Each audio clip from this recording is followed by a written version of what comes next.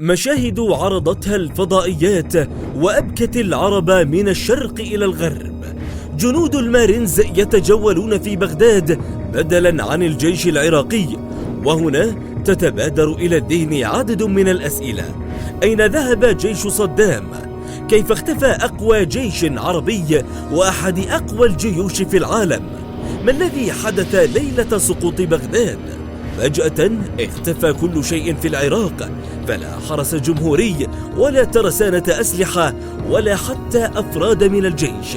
فجأة سقطت بغداد دون مقاومة، وسقط معها تمثال صدام من منصة الفردوس وسط بغداد، وبدأت السرقة والنهب من جميع المؤسسات الحكومية.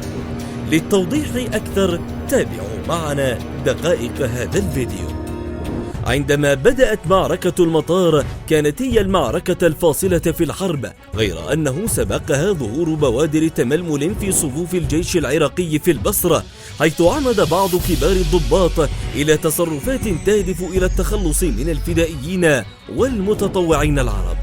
وحينما تم الإنزال الأمريكي في مطار صدام الدولي، امتنع الحرس الجمهوري عن التوجه للقتال في المطار، ما دفع الرئيس صدام حسين إلى قيادة إحدى كتائب الحرس شخصيا، مستقلا الدبابة الأولى التي هاجمت القوات الأمريكية في المطار، مسنودا بقوات المتطوعين العرب والفدائيين، حيث تمكن بهذه القوات من قتل العشرات من الجنود الأمريكيين قبل انسحابهم، رغم أن طيران الجيش امتنع عن توفير غطاء جوي له.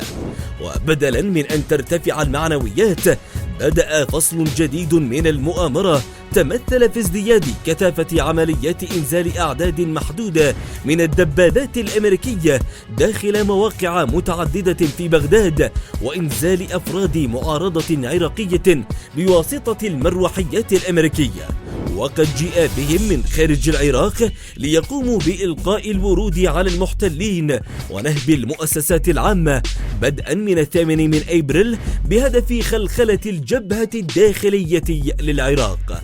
أما الجيش وكذلك الحرس الجمهوري فلم يخوضا المعركة الاستراتيجية في بغداد، وقد بدأ التلاعب في البصرة. وفي إحدى المواجهات التي وقعت في البصرة كان هنالك 3 من الفدائيين العرب و2 من العراقيين هوجموا وتمت السيطرة عليهم وأسرهم من قبل القوات الأمريكية. وعندها خاطب أحد الفدائيين ضابطا في الجيش العراقي متسائلا: كيف يأسرون رفاقنا وإحنا نتفرج؟ جاوبه الضابط: ما عليك. عندها قام الفدائي بإطلاق الرصاص من رشاش على السيارة الأمريكية التي كانت تقل الفدائيين ال5 كأسرى، ما أدى إلى انقلابها، وتم تحرير الأسرى، وانضم المقاتلون العراقيون إلى الفدائي العربي وحرروا الفدائيين الأسرى وقتلوا الجنود الأمريكان الذين كانوا قد أسروا الفدائيين. يقول مسؤول سابق في حزب البعث: فجأة اختفى الحرس الجمهوري الذي كان متحصنا في البساتين، وذلك جراء تعليمات من قادة الصف الأول في الحرس إلى قادة الصف الثاني أن أبلغوا أفراد الحرس بأنه كي نتمكن من تنظيم المواجهة في معركة مفتوحة طويلة الأمد، بين أفضل ما يمكن فعله الآن هو الاختفاء. بالتزامن مع ذلك تم ترويج شائعة تقول إن صدام حسين قد قتل، إلى أن ظهر يوم 8 من أبريل في الوزيرية والكاظمية، وظهر لهم ثانية في اليوم التالي في شارع 14 من رمضان. لكن حالة التململ التي بدأت في الصف القيادي الأول في البصرة انتقلت إلى بغداد، ما تسبب بالسقوط السريع لبغداد.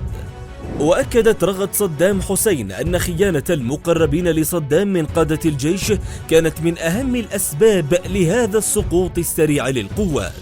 وقالت: سقوط بغداد كان صدمة كبيرة جدا. كان واضحا للأسف أن الأشخاص الذين وضع فيهم الرئيس ثقته المطلقة كانت الخيانة الأساسية منهم. هذا تخاذل.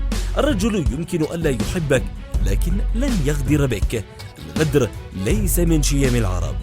كانت تلك أبرز أسباب سقوط جيش صدام، فضلا عن استخدام الجيش الأمريكي للقنابل المحرمة دوليا التي تقتل البشر وتحرق الأجساد تماما، لكنها تبقي الأسلحة والأبنية سليمة. والجيش الأمريكي استخدم أيضا في معركة المطار قنابل تزن 9 أطنان وقنابل فسفورية حارقة قادرة على إحراق منطقة عمليات بحجم سرية، إضافة إلى عوامل تشل القدرة. غموض سقوط جيش صدام واختفائه فجأة جعل منه موضوعا يثير تساؤلات الغرب قبل العرب، فهل كانت هذه هي الأسباب الحقيقية لاختفاء الجيش، أم أن هناك أسبابا وعوامل أخرى؟ ضعوا آراءكم في التعليقات.